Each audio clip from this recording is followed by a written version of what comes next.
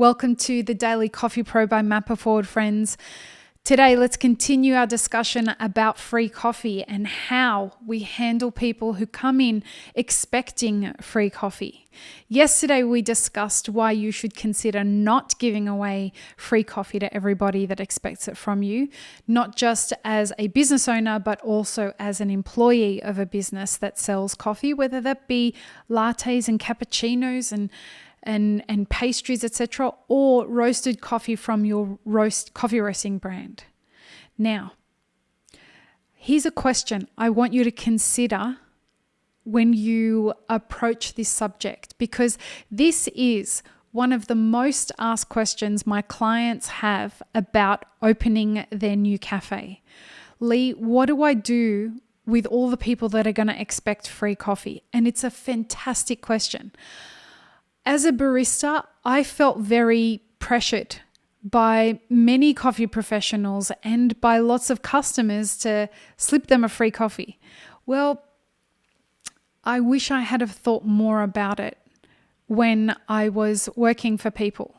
And I wish I had the insight into what actual loss a business has to cop when free product is given away without consideration. And so here's the question that I want you to consider as an employer, and I want you to pass this information on to your employees. What is the return on investment for giving a coffee away for free? Now, in the next episode of this podcast, we're going to talk about something called a customer acquisition plan. Free coffee can be a part of a customer acquisition plan, but an important part of the money that you're going to be investing in acquiring new customers needs to be a strategic approach to what the return on investment will be for giving that coffee away for free. Now, there won't be an ROI for some people. And if there isn't an ROI for giving a coffee away for free, what I would consider doing if you are in that situation is a family and friends discount. Something that is well understood within your team, that if somebody comes in and they want a free coffee, what they're really telling you is, I want to be special. And so if you have what's called a family and friends discount, set it at 20%, set it at whatever. It just needs to cover the costs of, remember the cost breakdown analysis that we spoke about yesterday, the cost of goods as well as the operating cost portion of your cost breakdown analysis. It just has to cover those. And so it's the idea that I don't want to make money off of my family and friends, but I don't want to lose money because of them either. And so this requires you to know how to communicate this with your staff and communicate it with your customers or your family and friends. So you come in, when they come in, they know that they can ask for the family and friends discount, or your staff are well versed in knowing who should and who shouldn't get the family and friends discount. A lot of this is going to be dependent when you come up with this strategy on how you communicate this to everybody that's involved. So ask yourself the question, what is my ROI, my return on investment for giving away free coffee to certain people? Now, if there is no return on investment, what's the strategy? The strategy could be the family and friends option. The other strategy could be not to give away a free coffee, but to have something that's there that you can give as a little treat that is of lower cost, that will at least be covered by the profit in the coffee that you can give to a family and friend as a part of their dining experience with you. Remember, the thing that they want is to feel special. Find a way to make them feel special by some other way. It doesn't have to be free coffee.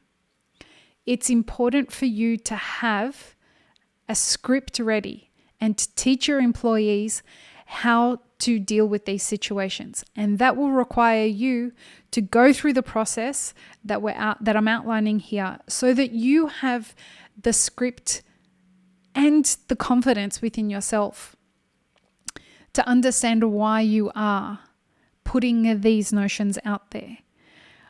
I don't want people to be offering free coffee. It's disrespectful to the value chain unless there is a return on investment for it.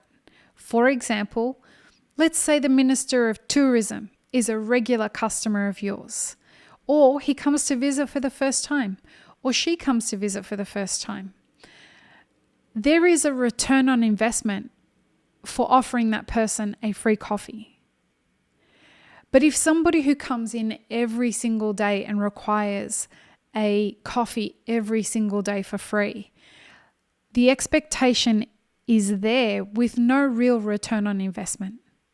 If a particular blogger comes in and expects a coffee for free and you're a fan of theirs, you like the work that they do, there seems to be this weird fucking trend right now. It has existed for the last few years where people walk in and show you their Instagram and say, I've got 10,000 followers, give me free coffee and I'll post about it. Well, if that return on investment works for you, go for it. But I'm seeing people that are going in and demanding their meals and their coffees and like a $100 bill at some cafe restaurants in Sydney, particularly Sydney and Melbourne. It's not hard for a ticket to run that deep with the kind of food that we offer there and expecting that for free. Now, unless you're making back that $100 in net profit, not in the next bill, or the people that are attracted, it needs to be in net profit. You're going to lose. You're going to continue to lose money. So factor it into your customer acquisition plan. And again, we'll cover that more in the next episode of the podcast. But remember, it's important for you to do these things. Consider what your strategy is going to be and when you will and will not give away free coffee based on what the return on investment for that will be. The second thing is make sure that you have clearly communicated that strategy to your staff so that they can understand where the boundaries are. That word is really important. The boundaries need to be clearly established so that they know what they can give away for free, what they can't give away for free, and what their alternative options are for when their mother comes in to buy a coffee. Every time my mother came in to buy a coffee, I would give her a coffee for free, but I would also pay from my own pocket for that. So setting the expectations of what your staff are allowed to do and what they're not allowed to do is incredibly empowering for them. Some places set a budget for free coffees that staff can give away for free every month. So they just ring it up in the POS and assign it to their own little account. There are options. You don't have to be buried under the pressure of having to give away free coffee. And then remember, give them the language. After you've shown them what the boundaries are, give them the clear language that they can use to handle situations where people come in and expect free coffee, because these situations can be anxiety inducing and we've all got far too much anxiety in our lives as it is. So I hope this has been helpful. Check out the next episode where we're going to be talking about a customer acquisition plan. This is all the stuff that we dig deep into and dissect and analyze in our mastermind groups. So if you're interested, check out the link in the show notes below. Peace, love, and peanut butter, friends. Have an amazing rest of your day.